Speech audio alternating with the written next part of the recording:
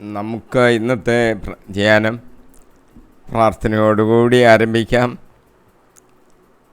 ദൈവത്തിൻ്റെ പരിശുദ്ധാത്മാവ് ഞങ്ങളുടെ ഹൃദയങ്ങളിലേക്ക് എഴുന്നള്ളി വരണമെന്ന് പ്രാർത്ഥിക്കുന്നു.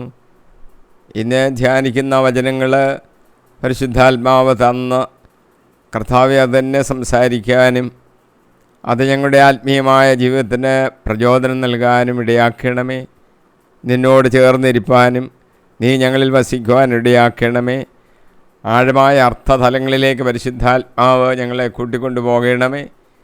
ഞങ്ങളുടെ ആത്മീയ വളർച്ചയ്ക്ക് അത് കാരണമാകണമേ. അനേകരെ കർത്താവിലേക്ക് ആനയിക്കുവാൻ കർത്താവ് ഈ വാക്കുകൾ പ്രയോജനപ്പെടണമെന്ന് പ്രാർത്ഥിക്കുന്നു. അനുഗ്രഹിക്കണമേ. യേശു കർത്താവിൻ്റെ വിലയേറിയ നാമത്തിൽ തന്നെ പ്രാർത്ഥിക്കുന്നു. കൃപയോടെ ഉത്തരമരുളുമാറാകണമേ. ആമീൻ. നമ്മൾ ഇന്ന് ധ്യാനിക്കുന്നത് എഫേസ്യോസ് 5-ാം അധ്യായം 12, 13, 14 വാക്യങ്ങളാണ്. 12, 13 വാക്യങ്ങൾ ഞാൻ വായിക്കുന്നു. അവർ രഹസ്യമായി ചെയ്യുന്ന പ്രവൃത്തികളെക്കുറിച്ച് സംസാരിക്കുന്നത് പോലും ലജ്ജാവഹമത്രേ. പ്രകാശിതമായവയെല്ലാം പ്രശോഭിക്കും. അതിനാൽ നിങ്ങൾ അതുകൊണ്ടാണ് ഇപ്രകാരം പറയപ്പെട്ടിരിക്കുന്നത്: ഉറങ്ങുന്നവനെ ഉണരുക, മരിച്ചവരിൽ നിന്ന് എഴുന്നേൽക്കുക, ക്രിസ്തു നിൻ്റെ മേൽ പ്രകാശിക്കും. 12, 13 വാക്യങ്ങളാണ് നമ്മൾ വായിച്ചത്.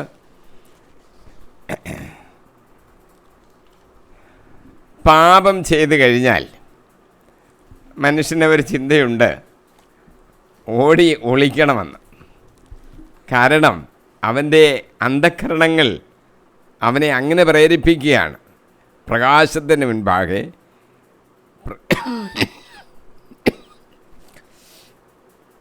പ്രകാശമാകുന്ന ദൈവത്തിന് മുൻപാകെ നിൽക്കുവാൻ അവന് ലജ്ജ തോന്നുന്നു, ഭയം തോന്നുന്നു. അതാണ് അതിൻ്റെ കാരണം.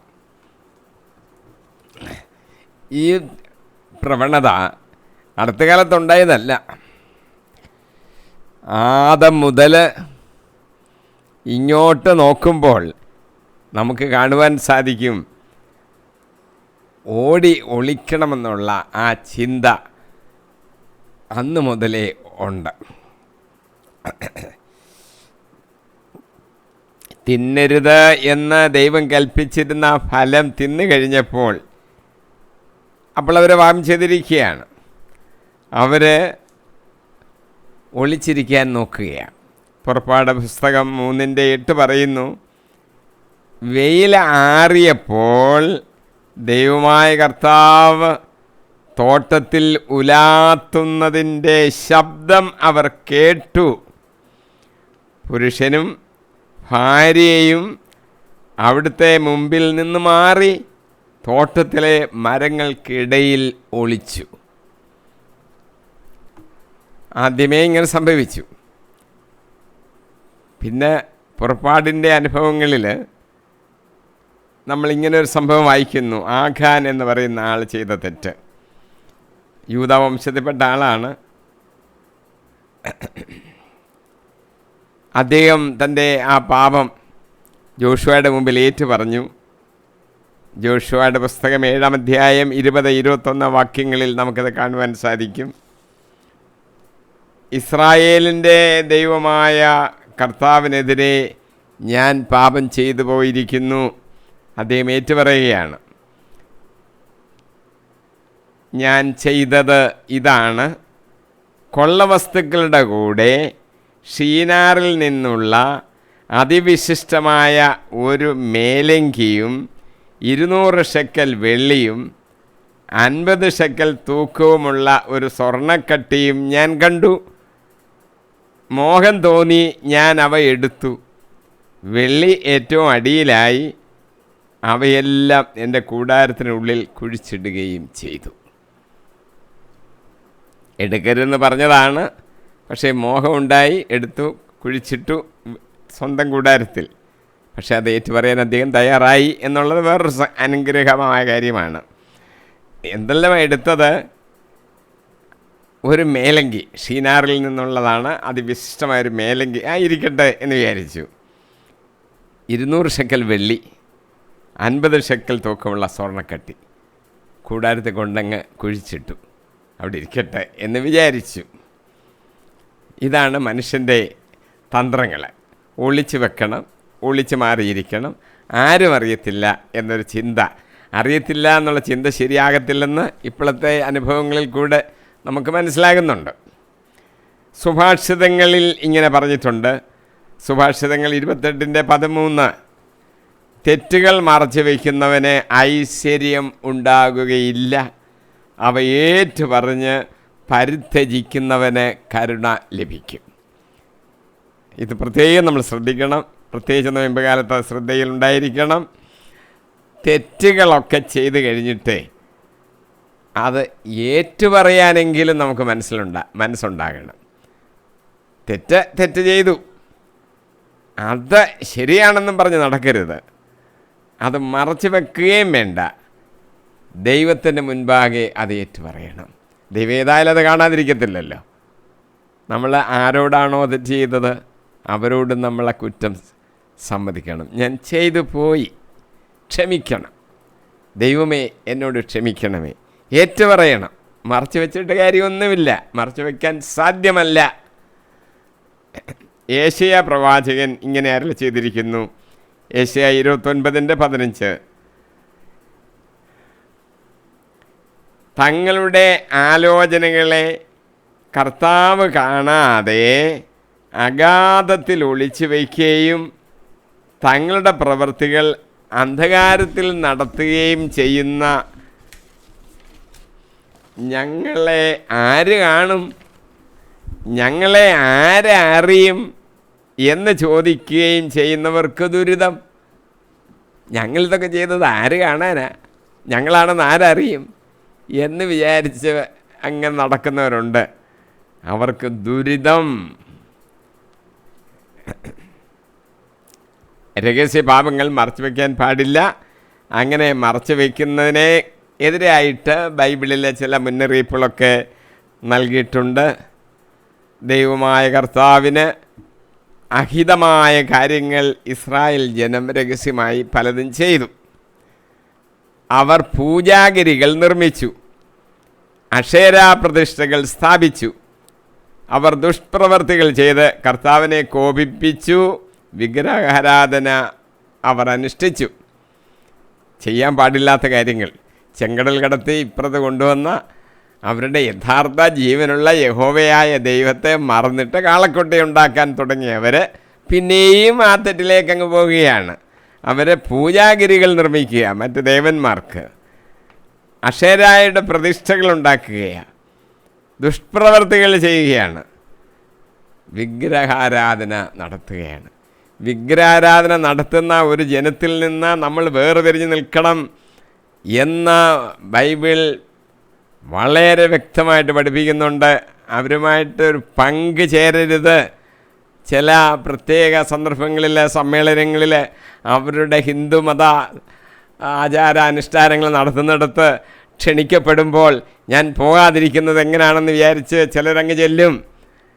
ഞാനിവിടെ ചെന്നിട്ട് ആ സമ്മേളനം അങ്ങ് വലുതാക്കി കൊടുക്കാം എന്നാണ് ചിന്ത. പാടില്ല, പാടില്ല, പാടില്ല. യഹോവയായ ദൈവത്തിന് നാമത്തിന് എതിരായി സംഭവിക്കുന്ന ഒന്നിലും പങ്കെടുക്കുവാൻ പാടില്ല. വിഗ്രഹാരാധന വരെ അവർ നടത്തി.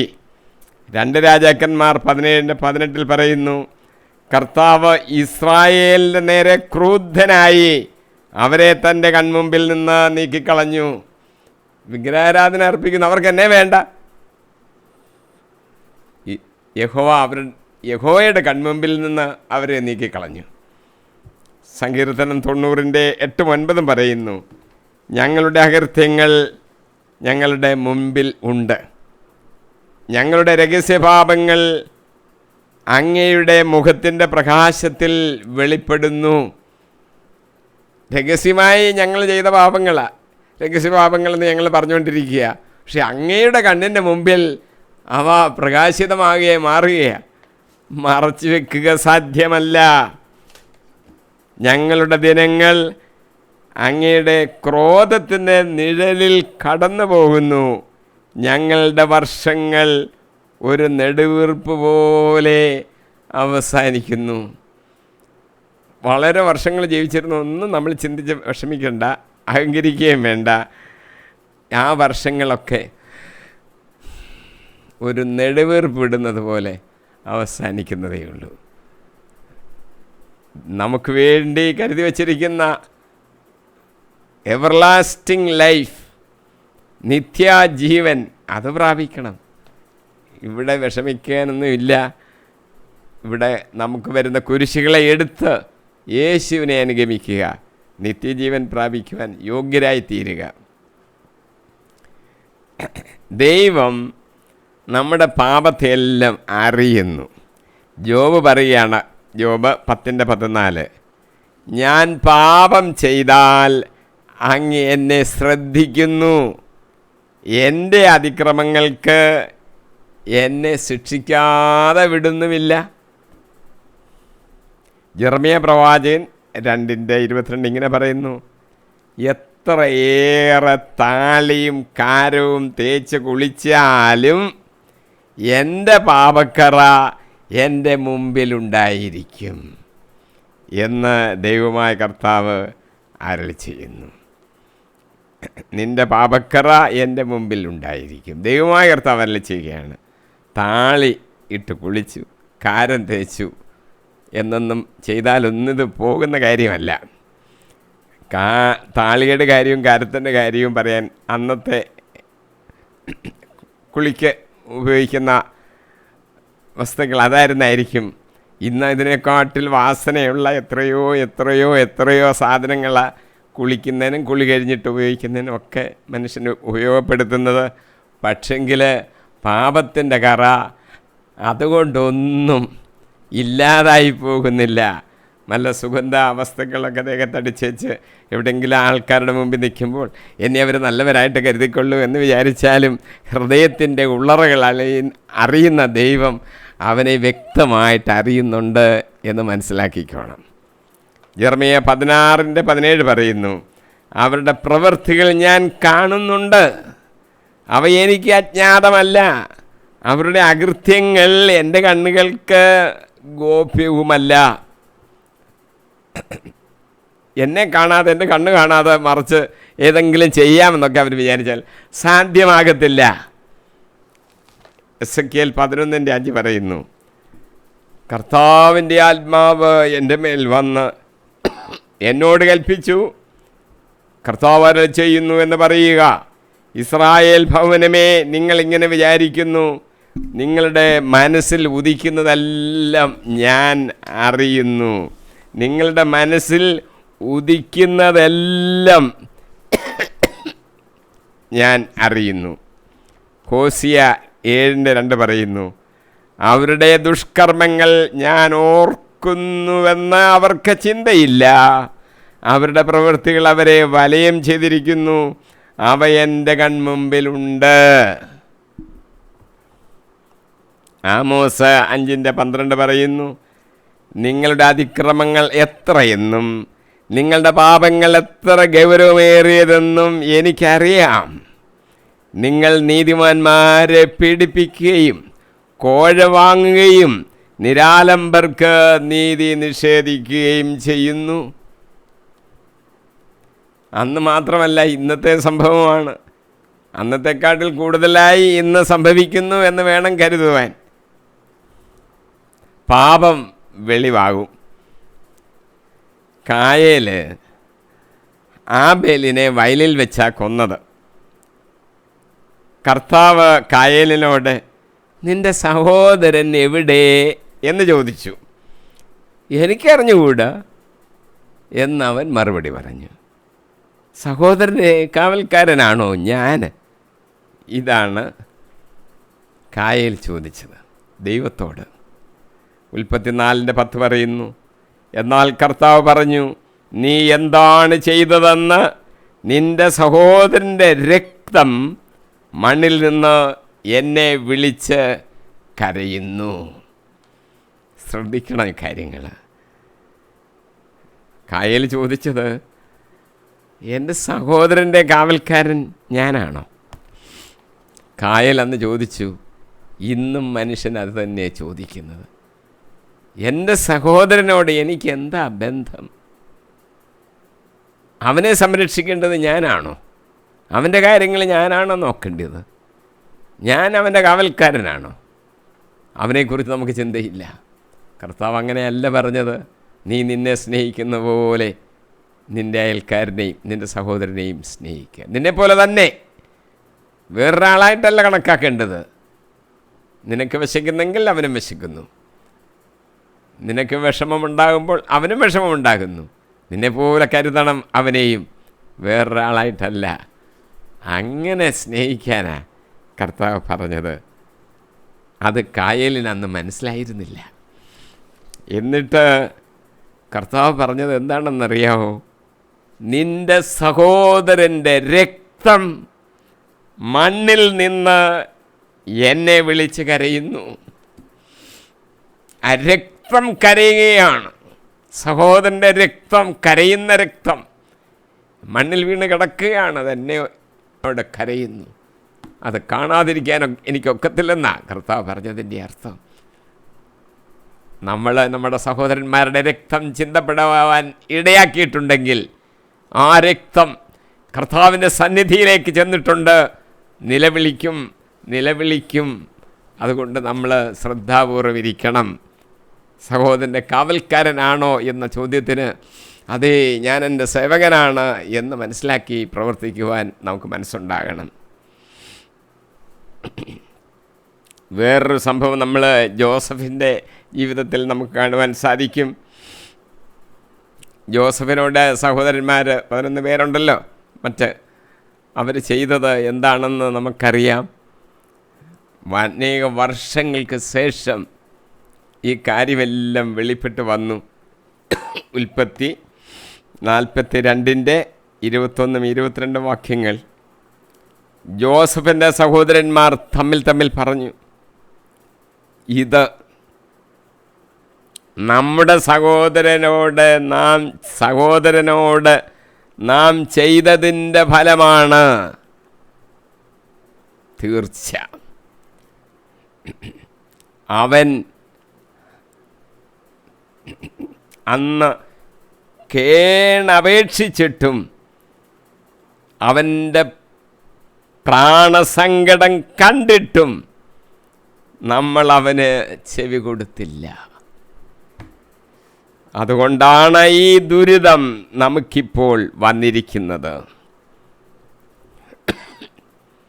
അപ്പോൾ രൂപൻ പറഞ്ഞു, കുട്ടിക്കെതിരെ തെറ്റ് ചെയ്യരുതെന്ന് ഞാൻ അന്ന് പറഞ്ഞില്ലേ? നിങ്ങളത് കേട്ടില്ല. അവൻ്റെ രക്തം ഇപ്പോൾ പകരം ചോദിക്കുകയാണ്. ജോസഫിൻ്റെ സഹോദരന്മാർ ജോസഫിനെ വന്ന് കാണുന്നത് സംഭവിച്ചതൊക്കെ നമുക്ക് അറിയാം. ഇപ്പോൾ അവർക്കൊരു ബോധ്യം അവരുടെ ഹൃദയത്തിൽ മനസാക്ഷിയിൽ കുത്തുകയാണ്. നമ്മൾ ചെയ്ത തെറ്റിൻ്റെ ശിക്ഷയാണ് ഇപ്പോൾ നമുക്ക് ലഭിച്ചിരിക്കുന്നത്. അന്ന് ജോസഫ് കേണപേക്ഷിച്ചു. അവൻ്റെ പ്രാണസങ്കടം നമ്മൾ കണ്ടു. എന്നിട്ട് പോലും നമുക്ക് അലിവ് തോന്നിയില്ല. ആ രക്തം നമുക്ക് പ്രതികാരം ചെയ്യുകയാണ്. ഒരിക്കലും അത് കണക്കിൽ നിന്ന് മായ്ച്ചു കളയത്തില്ല. വർഷങ്ങൾ കഴിഞ്ഞിട്ടാണ് ഇതൊക്കെ സംഭവിക്കുന്നത്. നമ്മുടെ ജീവിതത്തിലും നമ്മളത് ഓർത്തോണം. വർഷങ്ങൾ കഴിഞ്ഞു പോയതുകൊണ്ട് പഴയ പാപങ്ങളുടെ ശിക്ഷയെല്ലാം ഇളവ് ചെയ്ത് കിട്ടിയെന്നൊന്നും വിചാരിക്കരുത്. എല്ലാത്തിനും നമ്മൾ പറയുന്ന ഓരോ വാക്കിനും കർത്താവിന് മുമ്പിൽ നമ്മൾ കണക്ക് കൊടുക്കേണ്ടി വരും. ചെറിയ ആൾക്കാർക്ക് മാത്രമല്ല, വലിയ ആൾക്കാർക്ക് അതൊക്കെ സംഭവിക്കും. കൽദയ രാജാവിൻ്റെ കാര്യം നമ്മൾ വായിക്കുന്നുണ്ടല്ലോ. ബെൽഷാസർ രാജാവിന് ലഭിച്ച ആ ശിക്ഷയെക്കുറിച്ച് ദാനിയേലിൻ്റെ പുസ്തകം 5-ാം അധ്യായം 23 മുതൽ 28 വരെയുള്ള വാക്യവും 30-ാം വാക്യവും. ദാനിയേൽ പറയുകയാണ് ബെൽഷാസർ രാജാവിനോട്, സ്വർഗത്തിൻ്റെ കർത്താവിനെ നീ വെല്ലുവിളിച്ചു, അവിടുത്തെ ആലയത്തിലെ പാത്രങ്ങൾ കൊണ്ടുവന്ന് നീയും നിന്റെ പ്രമുഖന്മാരും ഭാര്യമാരും ഉപനാരികളും അവയിൽ വീഞ്ഞു കുടിച്ചു. വെള്ളി, സ്വർണം, ഓട്, ഇരുമ്പ്, മരം, കല്ല് എന്നിവ കൊണ്ടുള്ള കാണാനോ കേൾക്കാനോ അറിയാനോ കഴിവില്ലാത്ത ദേവന്മാരെ നീ സ്തുതിച്ചു. എന്നാൽ നിന്റെ ജീവനെയും നിന്റെ മാർഗങ്ങളെയും നിയന്ത്രിക്കുന്ന ദൈവത്തെ നീ ആരാധിച്ചില്ല, നീ ആദരിച്ചില്ല. അതുകൊണ്ട് അവിടുത്തെ സന്നിധിയിൽ നിന്ന് അയക്കപ്പെട്ട ഒരു കരം ഇത് എഴുതിയിരിക്കുന്നു, ഭിത്തിയിൽ എഴുതിയിരിക്കുക. ആ ലിഖിതം ഇങ്ങനെയാണ്: മെനെ മെനെ തേഖേൽ പാർസീൻ. ഇതാണ് അതിൻ്റെ അർത്ഥം. മെനെ, ദൈവം നിന്റെ രാജ്യത്തിൻ്റെ നാളുകൾ എണ്ണുകയും നിന്റെ അവസാനം കുറിക്കുകയും ചെയ്തിരിക്കുന്നു. തേഖേൽ, നിന്നെ തുലാസിൽ തൂക്കി കുറവുള്ളവനായി കണ്ടു. പെരേസ്, നിന്റെ രാജ്യം വിഭജിച്ച് മേദിയാക്കാർക്കും പേർഷ്യക്കാർക്കും നൽകിയിരിക്കുന്നു. അദ്ദേഹം ചെയ്ത തെറ്റ്,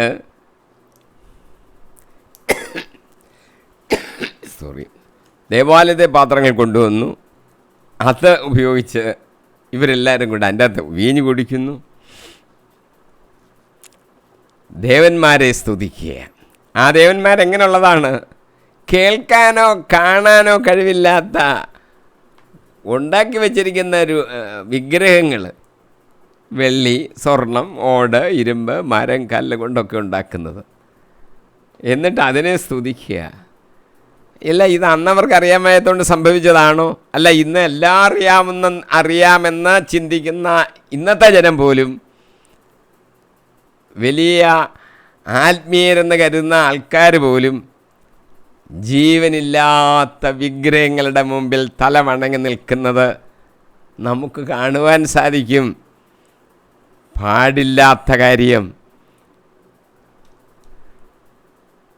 നിന്റെ ജീവനെയും നിന്റെ മാർഗങ്ങളെയും നിയന്ത്രിക്കുന്ന ദൈവത്തെ നീ ആദരിച്ചില്ല. നമ്മുടെ ജീവനെ,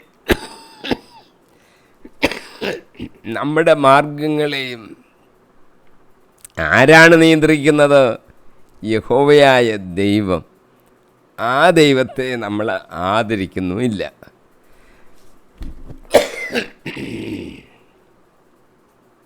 അതുകൊണ്ട് ബെൽഷാസർ രാജാവിന് ശിക്ഷ കൊടുക്കുകയാണ്. നിന്റെ രാജ്യം വിഭജിച്ച് മേദിയാക്കാർക്കും പേർഷ്യക്കാർക്കും നൽകിയിരിക്കുന്നു. വിധി പ്രഖ്യാപിക്കപ്പെട്ടു. ഇനി അതിന് സമയമൊന്നും വേണ്ട നടപ്പിലാക്കാൻ. അന്ന് രാത്രിയിൽ കൽദയ രാജാവായ ബെൽഷാസർ കൊല്ലപ്പെട്ടു. രാജ്യം 62 വയസ്സ് പ്രായമുള്ള മേദിയാക്കാരനായ ദാരിയൂസിന് ലഭിച്ചു.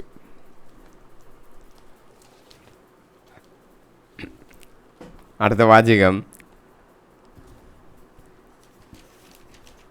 12. പ്രശോഭിക്കുന്നതെല്ലാം പ്രകാശമാണ്. പ്രശോഭിക്കുന്നതെല്ലാം പ്രകാശമാണ്.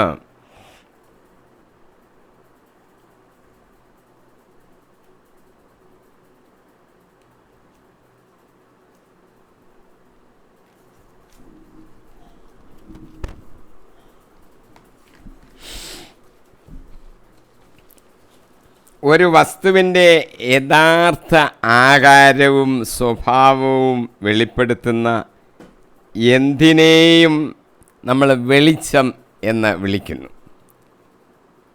സുവിശേഷം ലോകത്തിൻ്റെ വെളിച്ചമാണ്. ലോകത്തിൻ്റെ അന്ധകാര സ്വഭാവത്തെ കാണുവാൻ ഇടയാക്കുന്ന വെളിച്ചമാണ് സുവിശേഷം. സുവിശേഷമാണ് വിളക്ക്, പ്രകാശം. ആ പ്രകാശത്തിൽ നോക്കുമ്പോൾ ഈ ലോകത്തിൻ്റെ അന്ധകാരം എത്രമാത്രം ഉണ്ടെന്ന് നമുക്ക് മനസ്സിലാക്കുവാൻ സാധിക്കും. പ്രകാശത്തിന് ഭൗതികവും ആത്മീയവുമായ അർത്ഥതലങ്ങളുണ്ട്. ഉൽപ്പത്തി 1:3-4 ഭൗതികമായ അർത്ഥത്തിൽ പ്രകാശത്തെക്കുറിച്ച് പറഞ്ഞിരിക്കുന്നു. ദൈവം അരുളി ചെയ്തു, വെളിച്ചം ഉണ്ടാകട്ടെ. വെളിച്ചം ഉണ്ടായി. വെളിച്ചം നല്ലതെന്ന് ദൈവം കണ്ടു. അവിടുന്ന് വെളിച്ചത്തെ ഇരുളിൽ നിന്ന് വേർതിരിച്ചു. അവിടുന്ന് വെളിച്ചത്തെ ഇരുളിൽ നിന്ന് വേർതിരിച്ചു. ഉൽപ്പത്തി 3:16-17 വാക്യങ്ങൾ ഞാൻ വായിക്കാം. ദൈവം 2 മഹാദീപങ്ങൾ സൃഷ്ടിച്ചു. പകലിനെ നയിക്കാൻ വലുത്, രാത്രിയെ നയിക്കാൻ ചെറുത്. നക്ഷത്രങ്ങളെയും അവിടുന്ന് സൃഷ്ടിച്ചു. കർത്താവ് ഈജിപ്തിൽ വെച്ച് 10 മഹാമാരികൾ ഈജിപ്റ്റ് ദേശത്ത് വരുത്തിയല്ലോ. അതിൽ 9ാമത്തേതെന്ന് പറയുന്നത് ഈജിപ്തിൽ അന്ധകാരം വ്യാപിപ്പിച്ചതാണ്. മോശ ആകാശത്തിലേക്ക് കൈ നീട്ടുകയും ഈജിപ്റ്റ് മുഴുവൻ 3 ദിവസത്തേക്ക് കൂരിരുട്ട് വ്യാപിക്കുകയും ചെയ്തു. എന്നാൽ ഇസ്രായേൽക്കാർ വസിക്കുന്ന ആ സ്ഥലങ്ങളിൽ വെളിച്ചം ഉണ്ടായിരുന്നു. ഇതാണ് 9ാമത് കൊടുത്ത മഹാമാരി. ഫറവോ പറഞ്ഞു, രാജ്യം വിട്ടു പൊക്കൊള്ളീൻ. കാര്യം വെളിച്ചമില്ലാതെ ജീവിക്കാനൊക്കുന്നില്ലല്ലോ. രാജ്യം വിട്ട് പൊക്കൊള്ളുവീൻ. പക്ഷേ ആദ്യം അനുവദിച്ചെങ്കിലും മോശ ആ ബാധ മാറ്റിക്കൊടുത്തു കഴിഞ്ഞപ്പോൾ ഫറവോയുടെ ഹൃദയം പിന്നെയും കഠിനമായി. 10ാമത്തേതിന് ശേഷം അവരെ വിട്ടയച്ചത് എന്ന് നമുക്കറിയാം. ആത്മീയമായ തലത്തിൽ ഈ പ്രകാശത്തെക്കുറിച്ച് ബൈബിളിൽ എഴുതിയിട്ടുണ്ട്. യേശയ്യായുടെ പുസ്തകം 60-1-3 വരെ ജെറുസലേമിൻ്റെ ഭാവി മഹിമയെക്കുറിച്ച് യേശയ്യ പ്രവചിച്ചിരിക്കുന്നു. ജെറുസലേം ഇന്നത്തെ പോലൊന്നുമല്ല, അതിന് ഭാവിയിലൊരു വലിയ മഹിമ ലഭിക്കാൻ പോകുന്നു. യേശയ്യ അതിനെക്കുറിച്ച് എഴുതിയിട്ടുണ്ട്, പ്രവചിച്ചിരിക്കുകയാണ്. യേശയ്യ 60:1-3 വരെ. ഉണർന്ന് പ്രശോഭിക്കുക, നിന്റെ പ്രകാശം വന്നു ചേർന്നിരിക്കുന്നു. കർത്താവിൻ്റെ മഹത്വം നിന്റെ മേൽ ഉദിച്ചിരിക്കുന്നു. അന്ധകാരം ഭൂമിയെയും കൂരിരുട്ട് ജനങ്ങളെയും മൂടും. എന്നാൽ കർത്താവ് നിന്റെ മേൽ പ്രകാശിക്കും. അവിടുത്തെ മഹത്വം നിന്നിൽ ദൃശ്യമാകുകയും ചെയ്യും. ജനതകൾ നിന്റെ പ്രകാശത്തിലേക്കും രാജാക്കന്മാർ നിന്റെ ഉദയ ശോഭയിലേക്കും വരും. ഭാവി പ്രവചിച്ചിരിക്കുക ജെറുസലേമിനെക്കുറിച്ച്. അത് സംഭവിക്കും, കർത്താവ് പറഞ്ഞതല്ലേ. മത്തായി 5-14-16 വാക്യങ്ങൾ. നിങ്ങൾ ലോകത്തിൻ്റെ പ്രകാശമാണ്. മലമുകളിൽ പണിതുയർത്തിയ പട്ടണത്തെ മറച്ചു വയ്ക്കുക സാധ്യമല്ല. മനുഷ്യർ നിങ്ങളുടെ സൽപ്രവൃത്തികൾ കണ്ട് സ്വർഗസ്ഥനായ നിങ്ങളുടെ പിതാവിനെ മഹത്വപ്പെടുത്തേണ്ടതിന് നിങ്ങളുടെ വെളിച്ചം അവരുടെ മുമ്പിൽ പ്രകാശിക്കട്ടെ. നമ്മളെങ്ങനെ ആയിരിക്കണമെന്ന് കർത്താവ് നമ്മളോട് പറയുക. നമ്മൾ പ്രകാശം ആണ്, ലോകത്തിൻ്റെ പ്രകാശമാണ്. മറച്ചു വെക്കേണ്ട നിങ്ങളുടെ പ്രകാശം അവരുടെ മുമ്പിൽ പ്രകാശിക്കട്ടെ.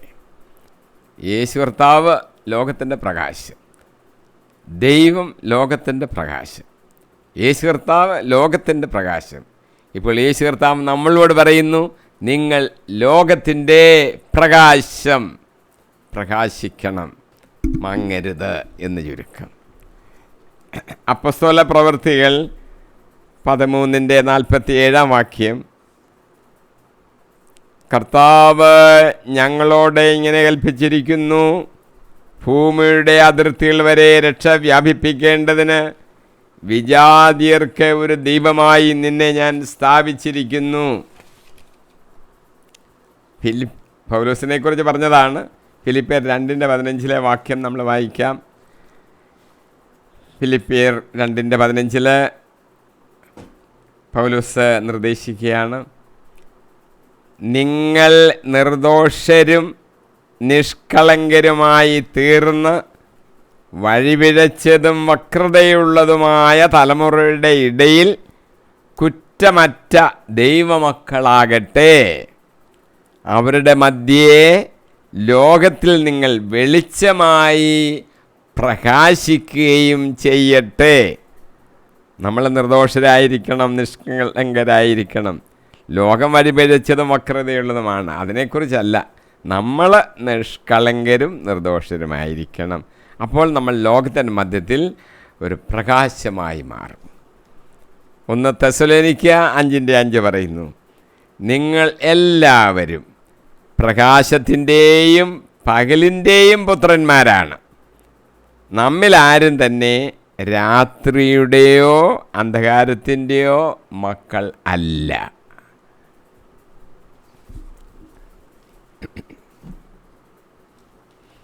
അഞ്ചിൻ്റെ 14 അതുകൊണ്ടാണ്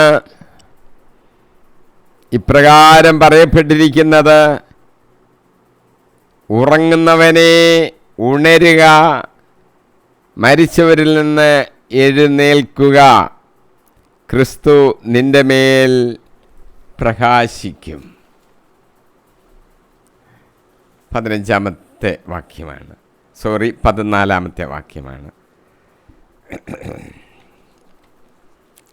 ശാരീരികമായ ഉറക്കമുണ്ട്, ആത്മീയമായ ഉറക്കമുണ്ട്. അപ്പോൾ ഉറക്കത്തെ തന്നെ നമുക്കെങ്ങനെ രണ്ടായിട്ട് തിരിച്ച് ചിന്തിക്കാൻ സാധിക്കും. നീതിമാന് ശാരീരികമായ സുഖനിദ്ര ലഭിക്കുന്നു. ഉറക്കമില്ലാന്ന് പലരും പറയുമല്ലോ, ഈ ഉറക്കാനൊങ്ങുന്നില്ല. ശാരീരികമായ ഉറക്കത്തെക്കുറിച്ചാണ്, ഉറക്കം വരുന്നില്ല. ബൈബിൾ പറയുന്നു, നീതിമാന് ശാരീരികമായ സുഖനിദ്ര ലഭിക്കുന്നു. സങ്കീർത്തനം 3:5 ഞാൻ ശാന്തമായി കിടന്ന് ഉറങ്ങുന്നു, ഉണർന്ന് എഴുന്നേൽക്കുന്നു, എന്തെന്നാൽ ഞാൻ കർത്താവിൻ്റെ കരങ്ങളിലാണ്. ആത്മീയമായി നമ്മളങ്ങ് ഉറങ്ങിപ്പോകരുത്. അതിനെതിരായിട്ട് ചില മുന്നറിയിപ്പുകൾ ബൈബിൾ നൽകുന്നുണ്ട്. യെശയ്യാ 56:10-11 മഴയും മഞ്ഞും ആകാശത്തിൽ നിന്നും വരുന്നു, അങ്ങോട്ട് മടങ്ങാതെ ഭൂമിയെ നനയ്ക്കുന്നു. അത് സസ്യങ്ങൾ മുളപ്പിച്ച് ഫലം നൽകി വിതയ്ക്കാൻ വിത്തും ഭക്ഷിക്കാൻ ആഹാരവും ലഭ്യമാക്കുന്നു. എൻ്റെ അധരങ്ങളിൽ നിന്ന് പുറപ്പെടുന്ന വാക്കും അങ്ങനെ തന്നെ. കർത്താവിൻ്റെ അധരങ്ങളിൽ നിന്ന് പുറപ്പെടുന്ന വാക്കുകൾ നഷ്ടപ്പെട്ടു പോകത്തില്ല. ഒരു വാക്ക് പോലും നഷ്ടപ്പെട്ടു പോകുന്നില്ല. അത് ഫലം പുറപ്പെടുവിക്കും. വിതയ്ക്കാൻ വിത്തും ഭക്ഷിക്കാൻ ആഹാരവും നൽകുക അതിൻ്റെ ലക്ഷ്യമാണ്. അത് സംഭവിച്ചിരിക്കും. ഒരു വാക്ക് പോലും നഷ്ടപ്പെട്ടു പോകത്തില്ല. മർക്കോസ് 13:35-36 പറയുന്നു, ജാഗരൂകരായിരിക്കുവിൻ, ജാഗരൂകരായിരിക്കുവിൻ. എന്തെന്നാൽ ഗ്രഹനാഥൻ എപ്പോൾ വരുമെന്ന് സന്ധ്യയ്ക്കോ അർദ്ധരാത്രിയിലേക്കോ കോഴി കൂവുമ്പോഴോ രാവിലെയോ എന്ന് നിങ്ങൾക്ക് അറിഞ്ഞുകൂടാ. അവൻ പെട്ടെന്ന് വന്നു കയറുമ്പോൾ നിങ്ങളെ നിദ്രാധീനരായി കാണരുതല്ലോ. റോമർ 13:12, 13, 14 വാക്യങ്ങളിൽ പൗലോസ് തന്നിരിക്കുന്നു. രാത്രി കഴിയാറായി, പകൽ സമീപിച്ചിരിക്കുന്നു. ആകയാൽ നമുക്ക് അന്ധകാരത്തിൻ്റെ പ്രവൃത്തികൾ പരിത്യജിച്ച് പ്രകാശത്തിൻ്റെ ആയുധങ്ങൾ ധരിക്കാം. പകലിന് യോജിച്ച വിധം നമുക്ക് പെരുമാറാം.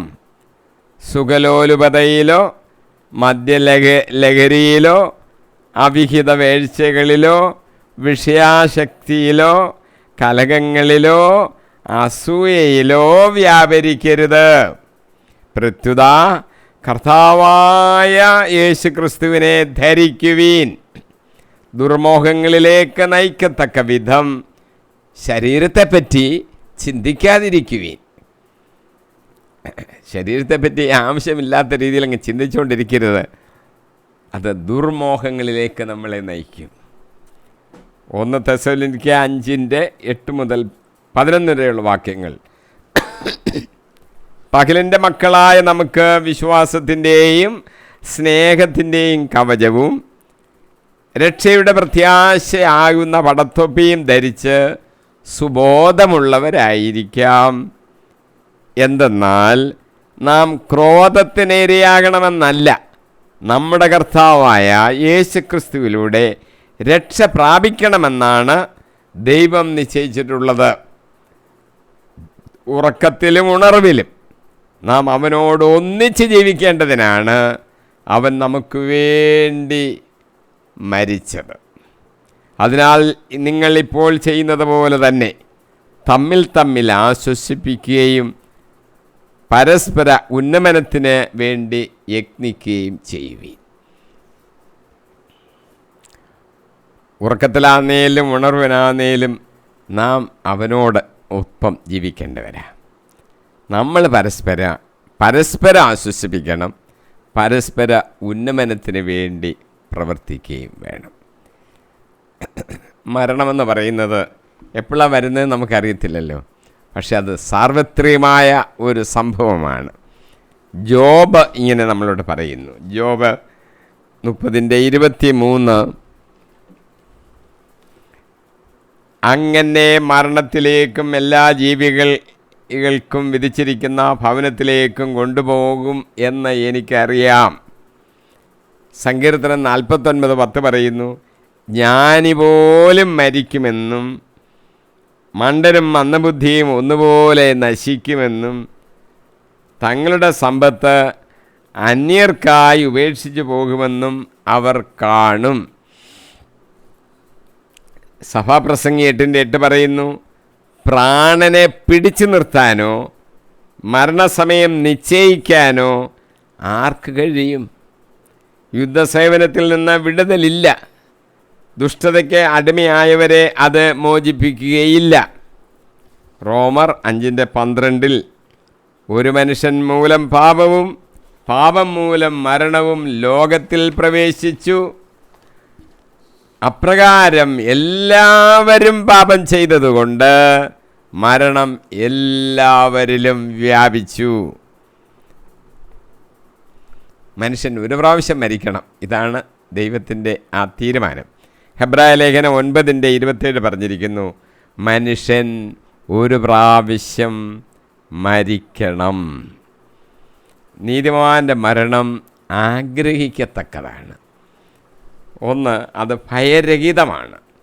സങ്കീർത്തനം 23:4 പറയുന്നു, മരണത്തിൻ്റെ നിഴൽ വീണ താഴ്വരയിലൂടെയാണ് ഞാൻ നടക്കുന്നതെങ്കിലും അവിടുന്ന് കൂടെയുള്ളതിനാൽ ഞാൻ ഭയപ്പെടുകയില്ല. അങ്ങയുടെ ഊന്നുവടിയും ദണ്ഡും എനിക്ക് ഉറപ്പേകുന്നു. മരണത്തെ നമ്മൾ ഭയപ്പെടണ്ട, അവിടുത്തെ ഊന്നുവടിയും ദണ്ഡും എനിക്ക് ഉറപ്പേകുന്നു. മറ്റൊരു കാര്യം, നീതിമാൻ്റെ മരണം വിലയേറിയതാണ്. സങ്കീർത്തനം 116:15 തൻ്റെ വിശുദ്ധന്മാരുടെ മരണം കർത്താവിന് അമൂല്യമത്രേ. വേറൊരു കാര്യം, അത് വിജയകരമാണ്. ധനവാന്റെയും ലാസറിൻ്റെയും ഉപമ യേശു പറഞ്ഞു. ലാസർ ദരിദ്രനായിരുന്നു, ധനവാന്റെ പടിവാതിക്കലാണ് അവൻ കിടന്നിരുന്നത്. ധനികൻ മരിച്ചു, നരകത്തിലേക്ക് കൊണ്ടുപോയി അവിടെ വെച്ച് പീഡിപ്പിക്കപ്പെട്ടു.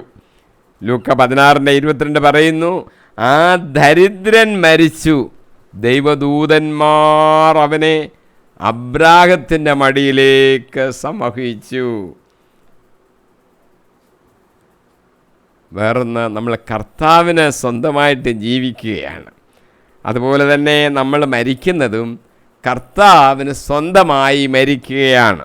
റോമർ 14:8 നാം ജീവിക്കുന്നു എങ്കിൽ കർത്താവിന് സ്വന്തമായി ജീവിക്കുന്നു, മരിക്കുന്നു എങ്കിൽ കർത്താവിന് സ്വന്തമായി മരിക്കുന്നു. ആകയാൽ ജീവിച്ചാലും മരിച്ചാലും നാം കർത്താവിനുള്ളവരാണ്. അതാണ് നമ്മുടെ ഉറപ്പ്. ജീവിക്കുന്നുണ്ടോ മരിക്കുന്നുണ്ടോ എന്നുള്ളത് ദൈവം അങ്ങ് നിശ്ചയിച്ചോളും. പക്ഷെ ജീവിച്ചാലും മരിച്ചാലും നാം കർത്താവിന് ഉള്ളവരാണ്. ജീവിച്ചാലും മരിച്ചാലും നാം കർത്താവിന് ഉള്ളവരാണ്.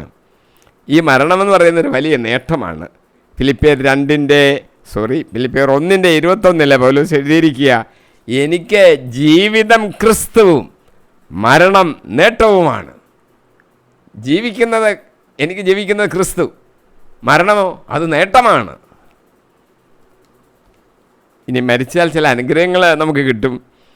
മരിക്കുമ്പോഴാണ് കിട്ടുന്നത്. വെളിപാട് 14:13 അനന്തരം സ്വർഗത്തിൽ നിന്ന് പറയുന്ന ഒരു സ്വരം ഞാൻ കേട്ടു, എഴുതുക, ഇപ്പോൾ മുതൽ കർത്താവിൽ മൃതി അടയുന്നവർ അനുഗ്രഹീതർ. അതെ, തീർച്ചയായും അവർ തങ്ങളുടെ അധ്വാനങ്ങളിൽ നിന്ന് വിരമിച്ച് സ്വസ്ഥരാകും. അവരുടെ പ്രവൃത്തികൾ അവരെ അനുഗമിക്കുന്നു എന്ന് ആത്മാവ് അരുളി ചെയ്യുന്നു.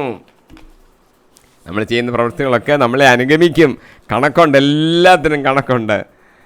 അടുത്ത കാര്യം, ആത്മീയമായ തരത്തിലുള്ള ചില മരണങ്ങളുണ്ട്. ഇപ്പം നമ്മൾ പറഞ്ഞത് ശാരീരികമായ മരണത്തെക്കുറിച്ച് ഒക്കെയാണ്. ആത്മീയമായ ഒരു മരണത്തെക്കുറിച്ചുകൂടെ ബൈബിൾ ധാരാളം പറയുന്നുണ്ട്.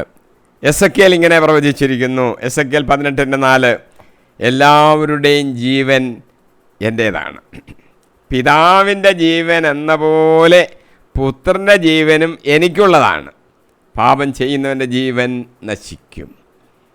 റോമർ 8:6 പറയുന്നു, ജഡിക അഭിലാഷങ്ങൾ മരണത്തിലേക്ക് നയിക്കുന്നു, ആത്മീയ അഭിലാഷങ്ങൾ ജീവനിലേക്കും സമാധാനത്തിലേക്കും.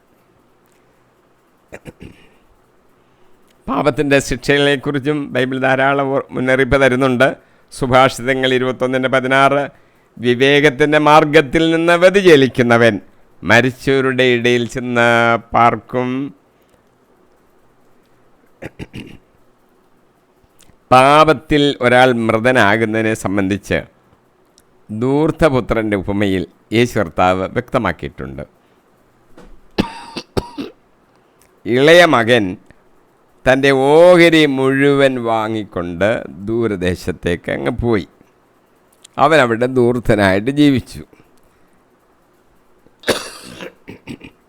അവന് പിന്നീട് സുബോധമുണ്ടായി. പിതാവിൻ്റെ അടുക്കലേക്ക് അവൻ തിരിച്ചു വരുന്നു. തൻ്റെ ഇളയ മകനെക്കുറിച്ച് മൂത്ത മകനോട് പിതാവ് പറഞ്ഞത് ഇങ്ങനെയാണ്. ലൂക്കോസ് 15:32 ഇപ്പോൾ നമ്മൾ ആനന്ദിക്കുകയും ആഹ്ലാദിക്കുകയും വേണം, എന്തെന്നാൽ നിൻ്റെ ഈ സഹോദരൻ മൃതനായിരുന്നു, അവനിപ്പോൾ ജീവിക്കുന്നു, നഷ്ടപ്പെട്ടിരുന്നു, ഇപ്പോൾ കണ്ടുകിട്ടിയിരിക്കുന്നു. എന്നാൽ പിതാവിനെ വിട്ട് ദൂരദേശത്തേക്ക് പോയപ്പോൾ അവൻ്റെ ധനമെല്ലാം നശിച്ചു. ആ ദേശത്തൊരു ക്ഷാമമുണ്ടായി. പന്നികളെ മേയ്ക്കാനുള്ള ഒരു തൊഴിലിൽ അവൻ ഏർപ്പെട്ടു. പന്നികളുടെ അമരത്തവിട് കൊണ്ട് പോലും എന്തെങ്കിലും കഴിക്കാമെന്നാണ് വിചാരിച്ചു. അതും അവനെ കിട്ടിയില്ല. ആഹാരമായി അവനൊന്നും കിട്ടിയില്ല. അപ്പോഴാണ് അവന് സുബോധം വന്നത്, എൻ്റെ പിതാവിൻ്റെ ഭവനത്തിൽ ഇതെല്ലാം ഉണ്ടല്ലോ, വേലക്കാരും എല്ലാം സുഭിക്ഷമായി ഭക്ഷിക്കുന്നുവല്ലോ എന്നവന് തോന്നിയത് അപ്പോഴാണ് തിരിച്ചു വരാൻ കാരണവും അങ്ങനെയാണ്. പാപങ്ങളെല്ലാം ഉന്മൂലനം ചെയ്യപ്പെടും. നിത്യരക്ഷ യേശുക്രിസ്തു സമ്പാദിച്ചത് കോലാടുകളുടെയോ കാളക്കിടാക്കളുടെയോ രക്തം കൊണ്ടല്ല, സ്വന്തം രക്തത്തിലൂടെയാണ്. ഹെബ്രായ ലേഖനം 9:13 പറയുന്നു, കോലാടുകളുടെയും കാളക്കിടാക്കളുടെയും രക്തം തളിക്കുന്നതും പശുക്കിടാക്കളുടെ ഭക്ഷണം വിതറുന്നതും അശുദ്ധരെ ശാരീരികമായി ശുദ്ധീകരിക്കുന്നു. 2 കൊരിന്ത്യർ 5:14 പറയുന്നു, ഒരുവൻ എല്ലാവർക്കും വേണ്ടി മരിച്ചു എന്നും അതിനാൽ എല്ലാവരും മരിച്ചു എന്നും ഞങ്ങൾക്ക് ബോധ്യമുള്ളതിനാൽ ക്രിസ്തുവിൻ്റെ സ്നേഹം ഞങ്ങൾക്ക് ഉത്തേജനം നൽകുന്നു. ജീവിക്കുന്നവർ ഇനിയും തങ്ങൾക്ക് വേണ്ടി ജീവിക്കാതെ തങ്ങളെ പ്രതി മരിക്കുകയും ഉയർക്കുകയും ചെയ്തവന് വേണ്ടി ജീവിക്കേണ്ടതിനാണ് അവിടുന്ന് എല്ലാവർക്കും വേണ്ടി മരിച്ചത്.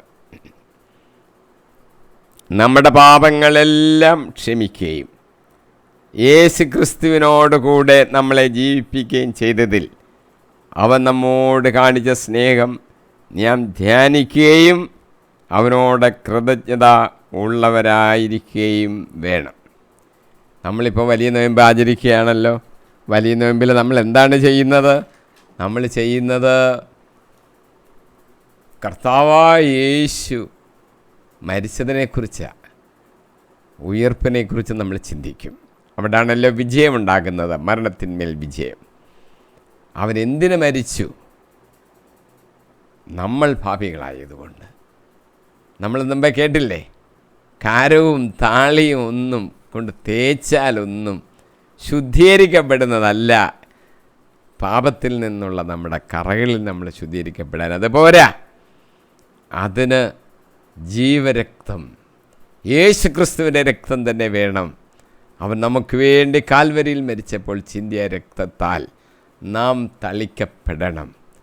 സോപ്പാകൊണ്ട് എൻ്റെ മേൽ തളിക്കണമേ, ഞാൻ ശുദ്ധീകരിക്കപ്പെടുമെന്ന് ദാവീദ് രാജാവ് പ്രാർത്ഥിച്ചത് അതുകൊണ്ടാണ്. നിൻ്റെ രക്തം കൊണ്ട് എന്നെ തളിക്കണമേ, പച്ചവെള്ളം കൊണ്ടൊന്നുമല്ല, നിൻ്റെ രക്തം കൊണ്ട് എന്നെ തളിക്കണമേ. അപ്പോൾ ആ പീഡാനുഭവങ്ങളെ ധ്യാനിക്കുകയാണ് യഥാർത്ഥത്തിൽ ഈ 50 ദിവസം നമ്മൾ നൊയമ്പ് നോക്കുന്നതിൻ്റെ അർത്ഥം. അപ്പോൾ അത് നമ്മൾ കാര്യമായിട്ട് ചിന്തിക്കണം. നൊയമ്പ് കാലം പാപത്തെ വിട്ടകന്ന് ജീവിക്കാനുള്ളൊരു കാലമാണ്. ദൈവം അറിയാതിരിക്കുന്നില്ല, എല്ലാം അറിയുന്ന ദൈവമാണ്. മറച്ചു വയ്ക്കുവാൻ സാധ്യമല്ല. ഏറ്റു പറയണമെന്നാണല്ലോ നമ്മൾ കേട്ടത്. അതുകൊണ്ട് ഈ പാപങ്ങളെല്ലാം ഉപേക്ഷിച്ച് ഒരു വിശുദ്ധ ജീവിതം നാം ജീവിക്കുന്നുവെങ്കിൽ കർത്താവിന് വേണ്ടി ജീവിക്കുന്നു, മരിക്കുന്നുവെങ്കിൽ കർത്താവിന് വേണ്ടി മരിക്കണം. അതായിരിക്കണം നമ്മുടെ ലക്ഷ്യം. നമ്മുടെ പാപങ്ങളെല്ലാം ക്ഷമിക്കുകയും യേശുക്രിസ്തുവിനോട് നമ്മെ ജീവിപ്പിക്കുകയും ചെയ്തതിൽ അവൻ നമ്മോട് എത്രമാത്രം സ്നേഹമാണ് കാണിച്ചത് എന്ന് നമ്മൾ ധ്യാനിക്കുകയും അവനോട് നമ്മൾ കൃതജ്ഞത പറയുകയും വേണം. കൊളോസോസ് ലേഖനം 2:14 പൗലോസ് എഴുതിയിരിക്കുന്നു, നമുക്ക് ദോഷകരമായി നിന്ന ലിഖിത നിയമങ്ങളെ അവൻ മായിച്ച് കളയുകയും അവയെ കുരിശിൽ തറച്ച് നിഷ്കാസനം ചെയ്യുകയും ചെയ്തു. നമ്മൾ രക്ഷപ്പെട്ടു.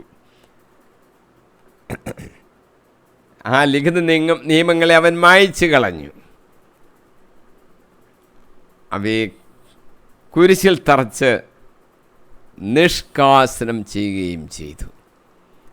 യേശു കർത്താവിൻ്റെ വേലയാണത്.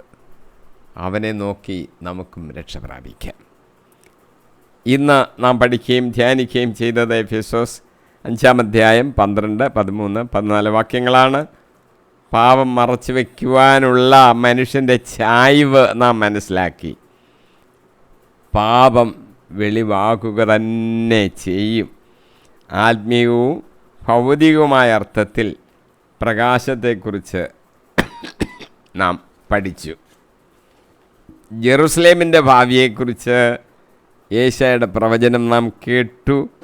അത് നമ്മൾ മനസ്സിലാക്കി. ശാരീരികമായ ഉറക്കം, ആത്മീയമായ ഉറക്കം, ഇങ്ങനെ ഉറക്കത്തെക്കുറിച്ച് നമ്മൾ വേർതിരിച്ച് പഠിച്ചു. ആത്മീയ ഉറക്കത്തിനെതിരായ ചില മുന്നറിയിപ്പുകൾ നാം ശ്രദ്ധിച്ചു. മരണത്തെക്കുറിച്ച് നാം ധ്യാനിച്ചു. ക്രിസ്തുവിൻ്റെ മരണത്താൽ നാം പാപവിമോചിതരായിരിക്കുന്നു. 151 എപ്പിസോഡിൽ എഫെസസ് 5:15 മുതൽ നമുക്ക് പഠിക്കുകയും ധ്യാനിക്കുകയും ചെയ്യാം. ദൈവത്തിൻ്റെ പരിശുദ്ധാത്മാവ് നമ്മളെ നടത്തട്ടെ. ആമേൻ, ആമേൻ, ആമേൻ.